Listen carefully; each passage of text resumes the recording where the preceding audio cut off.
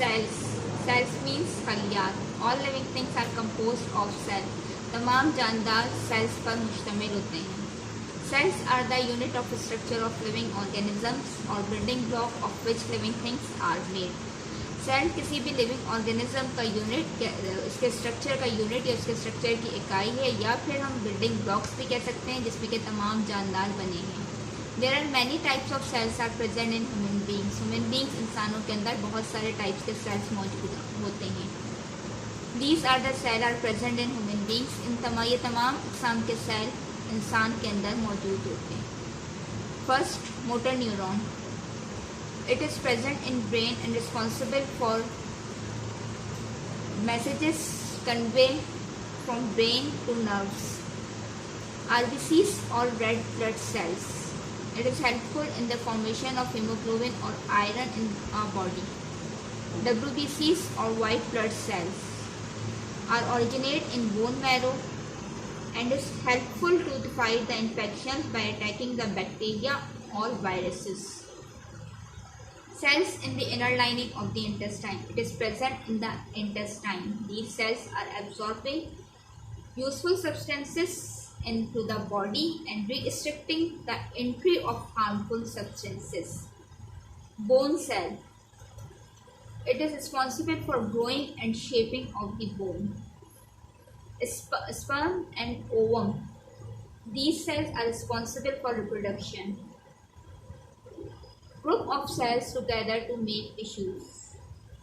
Tissues के जब sales जो होते हैं वो एक जगह जमा होते हैं तो वो टिश्यूज को मेक करते हैं, जिसमें कि डिफरेंट टाइप्स ऑफ टिश्यूज होते हैं। First epithelial, second connective, third muscles, fourth nervous tissue. Epithelial is make for the skin और the inner lining of the skin. Connective tissues are used for connect the joints and ligaments. Muscles tissues are present in muscles. Nervous tissues are present in nerves or brain. These tissues are make up the organs. ये तमाम tissues मिलके organs बनाते हैं जो कि हमारी body के अंदर मौजूद होते हैं, और हर एक ऑर्गन का एक डिफरेंट फंक्शन कर रहा होता है। Heart, liver, brain, kidneys, stomach. These are the vital organs of the body.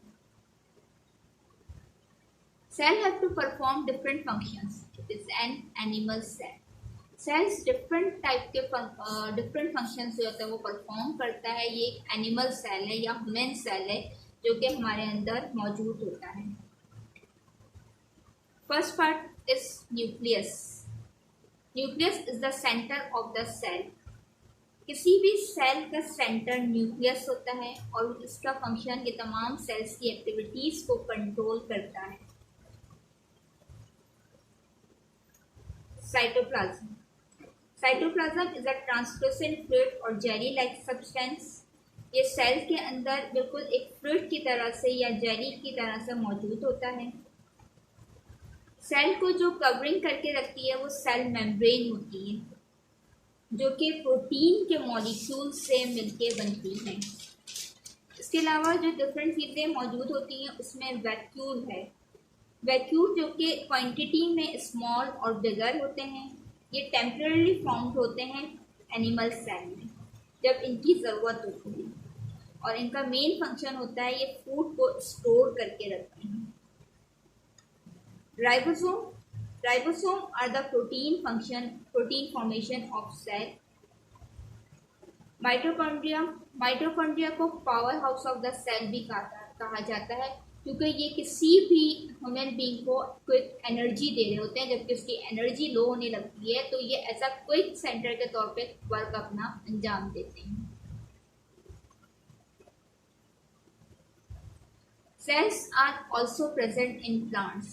Animals की तरह सेल्स प्लांट्स पौधों के अंदर भी प्रेजेंट होते हैं. Cell wall. प्लांट्स के अंदर सेल मेम्ब्रेन के साथ साथ सेल वॉल भी होती है.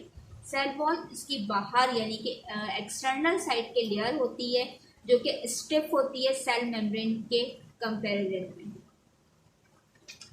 इसमें मौजूद न्यूक्लियस प्लांट में साइट में होता है, जबकि एनिमल सेल में ये न्यूक्लियस सेंटर में होता है। इसका फंक्शन भी जिस तरह के एनिमल सेल में कंट्रोल करना है किसी भी सेल की एक्टिविटी को, इसी तरह प्लांट में की एक्टिविटी को भी न्यूक्लियस कंट्रोल करता है। Vacuole in plant cell is present in large size. Plant cell में ये वैक्यूल लार्ज साइज में मौजूद होता है। ये परमानेंट तौर पर होता है, जबकि क्योंकि और ज़्यादा से ज़्यादा एक या दो की तादाद में ये मौजूद होते हैं। मेन चीज़ जो कि प्लांट सेल में मौजूद होती है वो है क्लोरोप्लास्ट। क्लोरोप्लास्ट एक ग्रीन कलर का पिगमेंट है जो क्लोरोफिल से फिल होता है। इसका फंक्शन ये होता है कि जितनी भी सोलर एनर्जी है वो ट्रैप करता है, और इसके ट्रैप करने की वजह से फोटोसिंथेसिस का प्रोसेस अमल में आता है। Main differences between the animal and plant cell. Animal और प्लांट सेल में कुछ डिफरेंसेस हैं। उन मेन डिफरेंसेस में फर्स्ट न्यूक्लियस। एनिमल सेल में ये न्यूक्लियस एट द सेंटर मौजूद होता है, जबकि प्लांट सेल में ये न्यूक्लियस साइट पर प्रेजेंट होता है। साइटोप्लाज्म दोनों के अंदर मौजूद होता है।